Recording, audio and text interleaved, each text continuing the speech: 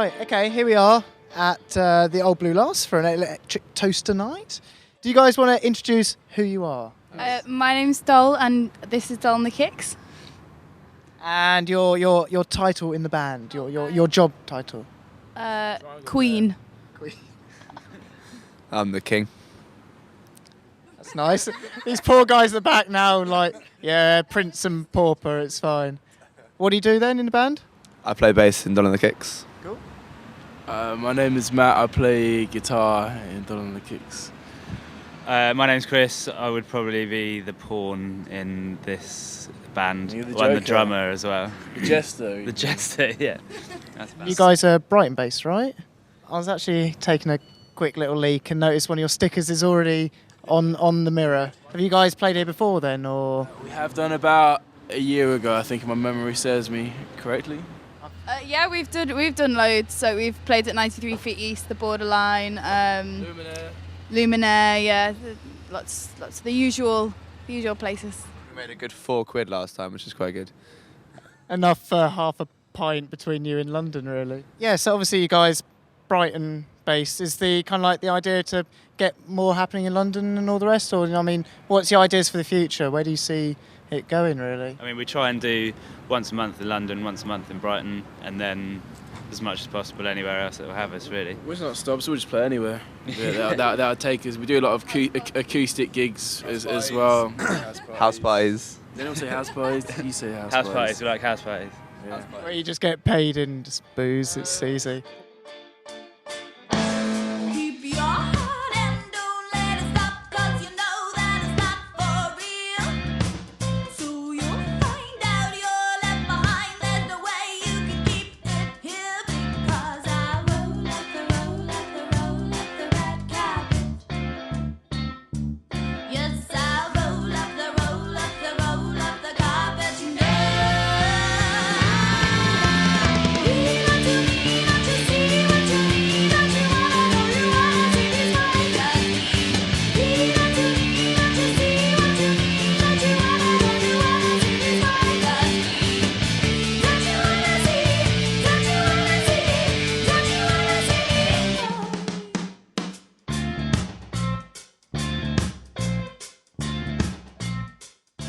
So, yeah, I mean, there's the wonder of MySpace and stuff. You know, later we're going to see you live. Unfortunately, I haven't had the sound check yet, but how would you describe your sound, really? I reckon it's like indie disco punk, sort of. Oh, indie, we love that term. Yeah, it's a bit of a silly term, indie, really, isn't it? But disco punk. Disco punk, But yeah. it's quite a like catch-all genre, isn't it? So that's probably the closest to what, like, without going into hundreds of different subgenres, like that is probably closest to what we do. That's the thing with the indie thing now, you know, it's just this loose tense, but I suppose, you know, if you're finding a gap in it where you fit and, you know, you like what you're doing and people like what you're doing, it's, you know, you never know what will happen. Actually, let's pop back, let's go back in time and all the rest. How did the band form as such? You know, is there a history to tell? The band pretty much started in class with me and Hannah. Hannah played a song in lesson and I thought it was awesome. And I said, can I play guitar? She said, yeah. How old were you? 14. Can I be in your band? This is just like about 3 years ago, isn't it? Yeah, this is a while ago. Now, what's the plan for the near future, really? You know, where do you guys see yourself over the next couple of months, say like a year's time? I'd love to kind of keep gigging as much as possible, kind of get a good fan base together, and then from then on just keep building them to bigger venues, hopefully. Is there kind of record label interest and all the rest? How's it going? With the way the music industry is at the moment, well, the recording industry is at the moment, I'm not kind of bothered about any kind of interest at the moment. Just kind of do our own thing, play enough gigs. Hopefully, really want to get a good booking agent, which might be looking like it might happen. So hopefully get on a few of the festival slots and just get our name about, and then hopefully later this year we'll maybe do some more recording and release something as well. So I think that the live aspect of band is massive, I think. Especially Because in the beginning, that's like kind of more important, really. But you do have to have recordings, obviously. So. I think you know people will download music freely they won't pay anything, whatever. But people love coming out and having a good night and watching bands.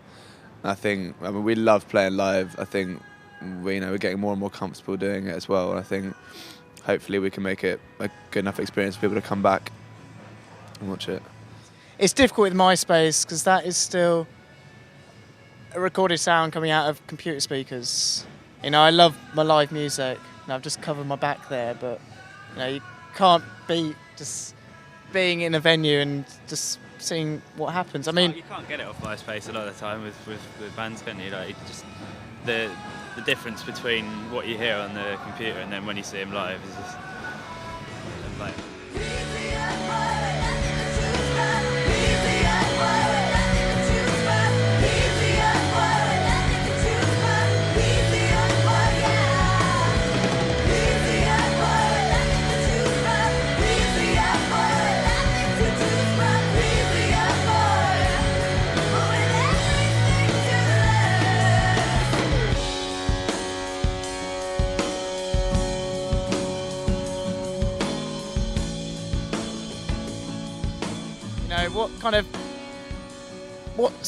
What influence do you bring to it? Because each person, will have their own kind of differences.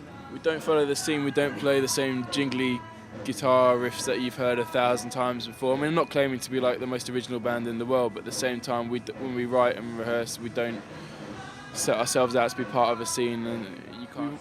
We unashamedly love pop music at the same time as like writing good riffs, and we're not going to sound like the Kooks or the Razor Lights or the next Hoxton band or whatever. I wish we could sound like Toto at some points, but we just Cross hybrid from Toto and Van Halen. we've got a lot of guilty pleasures, and we play up to that at the same time. And We all like completely different music, really, and every type of music. Like our iPod players in the van are very Eclectic. yeah, very eclectic. Centered mainly around the 80s, though, I'd have to say. Anything just simply on Phil Collins and Good 80s then. Oh dear. But I love Kate Bush as well. I've always been a big fan. Oh, Hounds of Love classic album. Little Miss Bush. well, I don't know, we just like everything from like obviously things like the Beatles, who are classic songwriters, say, and the Stones. So you got to take influence from there because there's great songwriters, to cheesy kind of 80s stuff to kind of 90s kind of hip hop or kind of rap, or just anything that we can take influence or think that's a nice chord change. Let's nick that. So we don't really steal care. it, cover. As long as it's good. Lots of stealing going on, definitely. Yeah. Well, with me anyway, everything I play is nicked off someone else. So. Then that's the thing, if you can, I find the sounds you hear nowadays, and people don't actually emit influences. It doesn't have to be like a remake or copy, but if they sound similar and you admire something works, then why not play with it, really? I think if we are going to kind of take an idea from someone or a song, I don't think the finished product comes out anything like. I don't think it's traceable from what we've used and stuff. Actually, come to think about it, the name, where did the name come from? What's the story there? For me, the first gig I ever went to, which is not an embarrassing gig as most people's are, is Foo Fighters. I was a really big fan when I was really young. I went to see them. That's impressive. Yeah, I know. I went to see them at Liverpool Royal Court when I was about 13, and one of their songs, "Doll," was a good one of mine. And then Foo Fighters was my first gig as well. don't lie. No, it was. Metallica was Foo Fighters was my first gig in Brixton Academy. You're gonna break my down now.